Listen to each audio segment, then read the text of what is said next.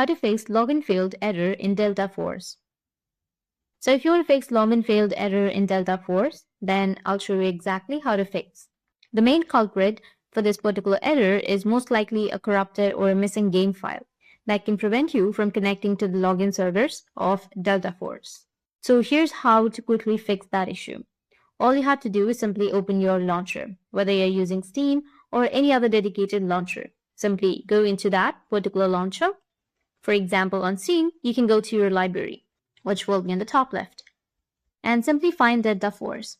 Once you find Delta Force right here, in my case, I don't have Delta Force, but if you find it, you need to just simply right-click on the Delta Force and click on the properties. And then click on installed files, which will be right here. And after that, choose verify integrity of the game files.